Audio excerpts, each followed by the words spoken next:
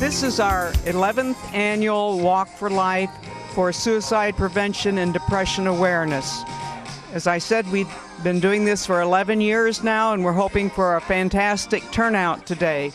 This year we have invited first responders in the area to participate because they do have a high rate of depression and unfortunately sometimes suicide.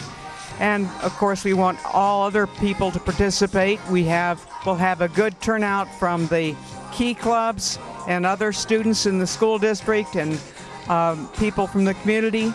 We really want to emphasize the importance that depression is a treatable disease and that people should be aware of the signs and symptoms of depression and seek treatment both for themselves or for other people.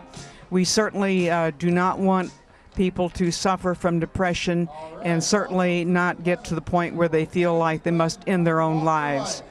Today we'll have a great turnout, and we're looking forward to the race, the walkers, the butterfly release, and of course we've got our silent auction for the first time this year with a lot of great prizes for participants. So we're looking forward to the day, and we hope that people will think about this and join us next year. It's very important for young people to be aware of the consequences of depression and the symptoms of depression. Certainly I've been aware myself of several young people, teachers in the school system, etc., who have taken their own lives. One of my brothers suffered from depression for 30 years or better and finally took his own life. If people are aware of this at a young age and they recognize the symptoms in themselves or in other people, then they can get help and get treatment for depression. The one thing I want everybody to take away from this event is that they're not alone. All of us have some family member or close friend who suffers or has suffered from depression, and many of us have a close family member or friend whom we have lost due to their taking their own lives. We want to stop this. This is our event to try to bring awareness to people and get them help. We've been here for 10 years. It was 11 years ago that we lost our grandson Matthew by suicide in the Army at Fort Benning, Georgia on Thanksgiving Day. And we've been with Manatee Glens ever since then. We've been on the committee and it's really helped us. Maybe Bob would like to say something. We're here because our message is the same as it is every year. We're here to make aware that depression is the leading cause of suicide, and also we're keeping alive the memory of our grandson Matthew, our dear grandson, who died by suicide in 2002. I especially think it's important to talk to young people because many of them in the schools are being bullied. And I know of one circumstance, it was in People magazine, a young girl just moved from Ireland to South Hadley, Massachusetts, and the schoolmates were bullying her. Evidently she was dating someone else wanted to date, and they kept taunting her so much that one day her younger sister came home from school and found her hanging. Manatee Glens is there to help anybody that needs help. If you know anyone that's threatening suicide, don't be afraid to ask them and help them. Take them to Manatee Glens if you have to, but help them. You'd be saving another life. When I help with the butterfly, Bob and I are going to lead the butterflies. We do make a comment, but if you'd like us to read the poem, I'd be more than happy to. I have several, but I'm choosing this one. It's called Survivors of Suicide. And it doesn't mean the person that tried and didn't make it. It's the people that are left behind. Our loved ones' pain, they could no longer hide. They took their life. They called this suicide. So we are left with only memories, left behind to carry on. As deep inside we still mourn, hand in hand we can walk this road. Some days I know it's a heavy load. When you are weak, please lean on me. Together we'll make it. You will see. Well, the importance for myself personally and also my peers in emergency management, emergency services, was to bring attention to some of the issues that humans go through.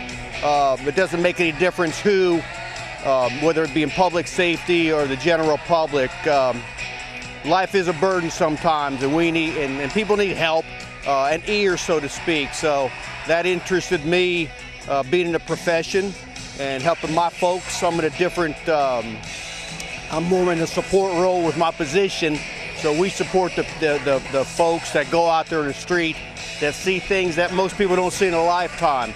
In addition to the burdens of life in general, I think it's important to consider that. In addition to that, the military folks that come back from combat, missing their families, and then they're brought into society as if nothing ever happened, and that's not true. So that's why I have a lot of interest in this, and also being part of Manatee County Critical Incident Stress Management Team as well. Well, I think the importance to reaching out not only to the young folks, but everybody as a whole, is that nobody's immune to problems within themselves. We have a lot of external influences that we have to take up and are challenged with, and it's not necessarily generation specific. Human problems and life problems transcend generations, in my opinion. They transcend age, and I think it's important that everyone, public safety, young kids, old folks, doesn't make any difference, that they're aware that somebody has an ear for them. I think that's the importance. You're not in it by yourself, by any means. Yes, we have our team from Manatee County Critical Incident Stress Management Team, CISM, and one of our professional associates, Mary Moonen, is going to be speaking today. So that's really good support from her, from our team. You can see all the firefighters and emergency service folks out here as well. So.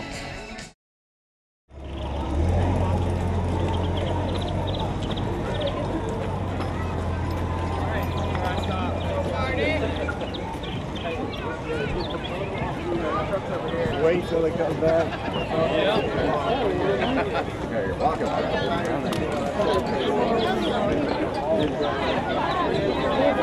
know, I just saw the new, okay, no. No, I didn't. I lost my shot. I don't drink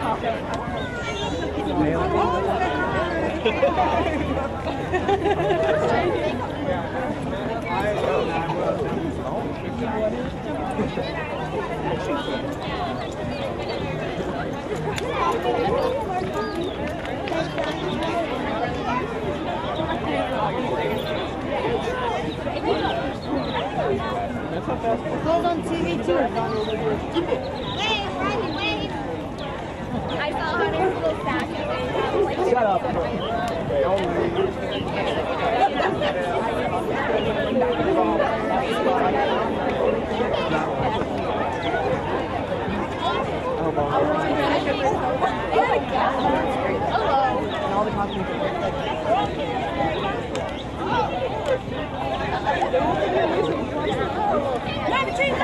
Thanks for being here. Hi, thank you. Actually, my name is Mary Moonen, and I'm a licensed clinical social worker, a certified addiction professional, and I was asked to speak today because I help volunteer at the Manatee County Fire Department Rescue. We developed a team called the Critical Incident Stress Management Team.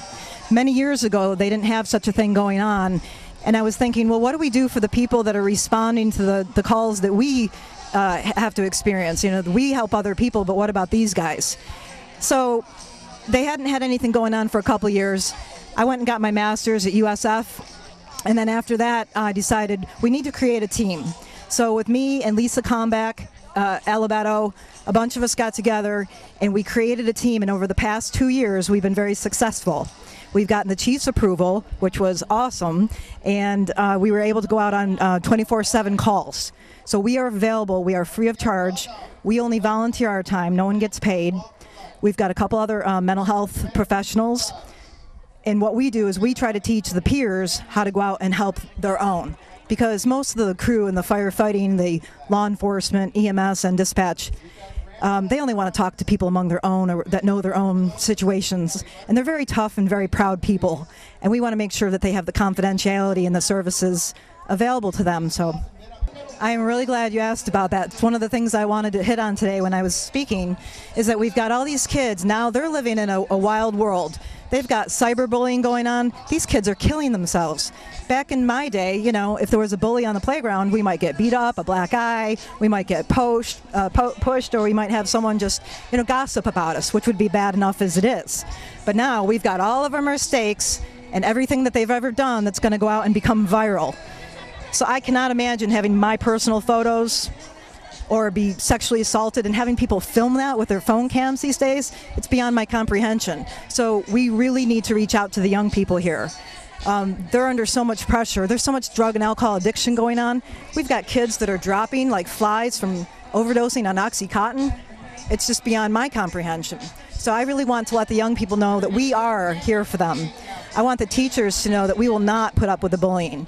I want all the community, the adults in the community, to say, we will stand by you. And if you're in trouble, please come to us. Well, the very first thing I want to say is there's a hotline number. And back behind us, we have the American Foundation for Suicide Prevention, which I also volunteer with. And on the resource table, we are going to be handing out cards. And on those cards, there's a 1-800 hotline number. And that hotline number is available literally 24/7. They are by trained counselors, not just volunteers, so they know what they're doing. And they're not looking to send people away or Baker Act them.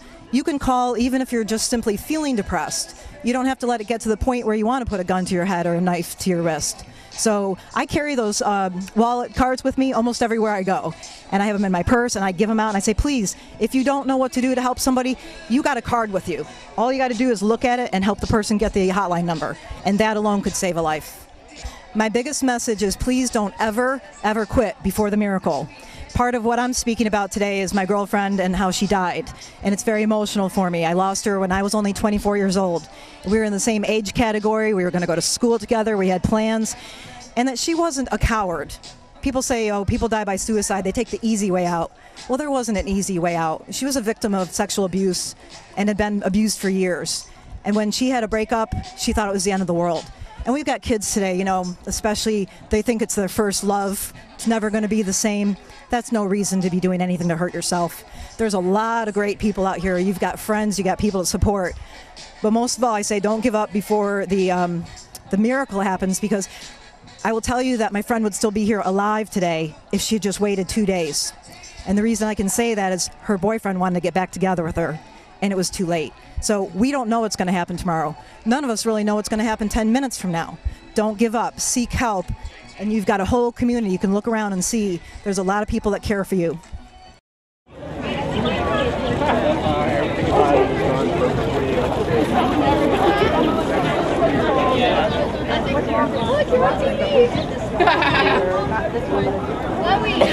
You're walking right.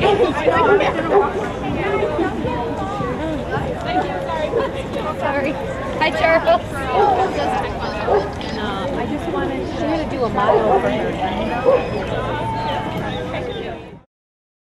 Well, as a victim advocate, we get called out to the families after a suicide, and the devastation that the families encounter is just tremendous.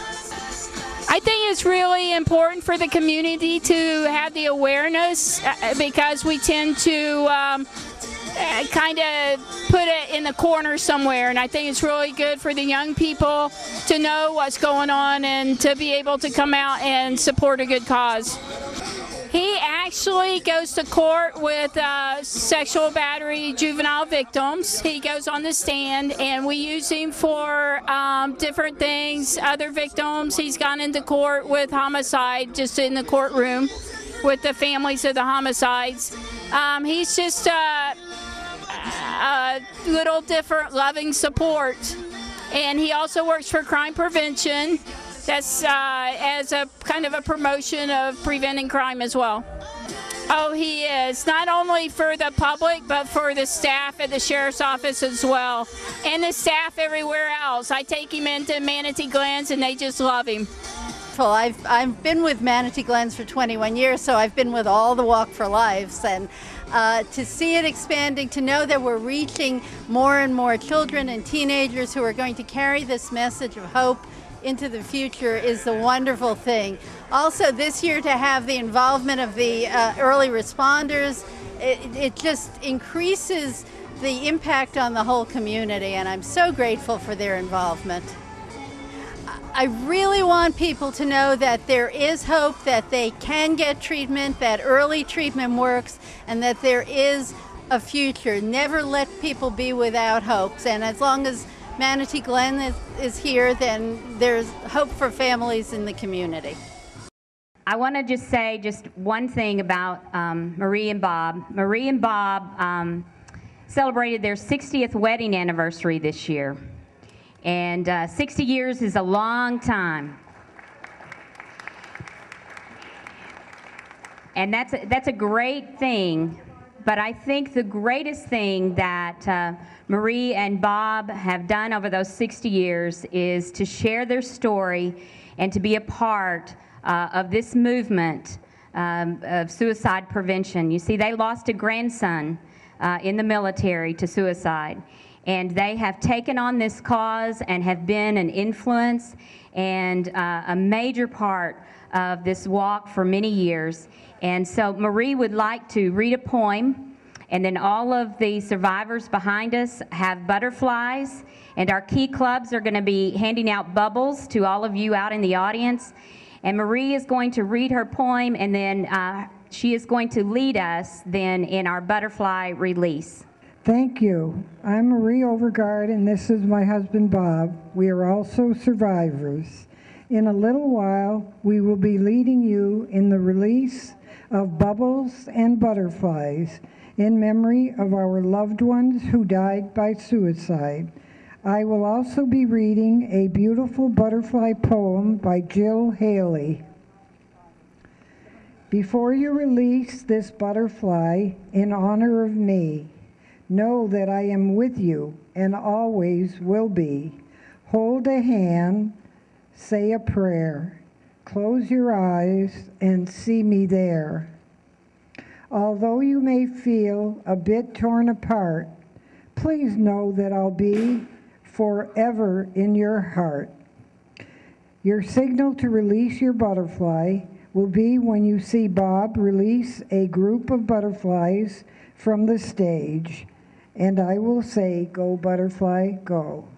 Now, they'll tell us when. Are you ready? You ready? Here, I'll hold it. Bob, Y'all ready? go ahead. Ready, set, go. Tilt them, tilt them. There they go. Shake them up. Take the lids off. Yeah.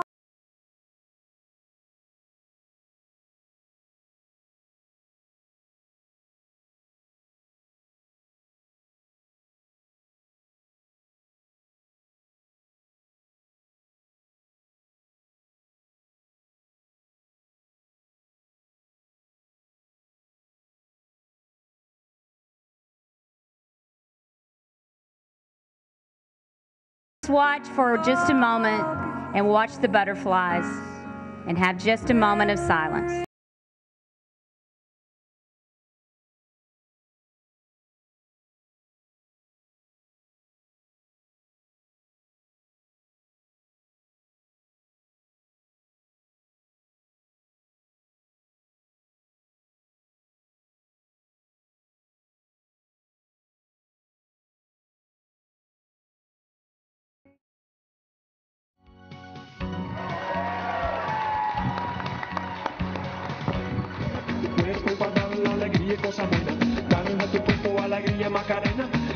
And the winner is Alexander Diaz and Eileen Torres.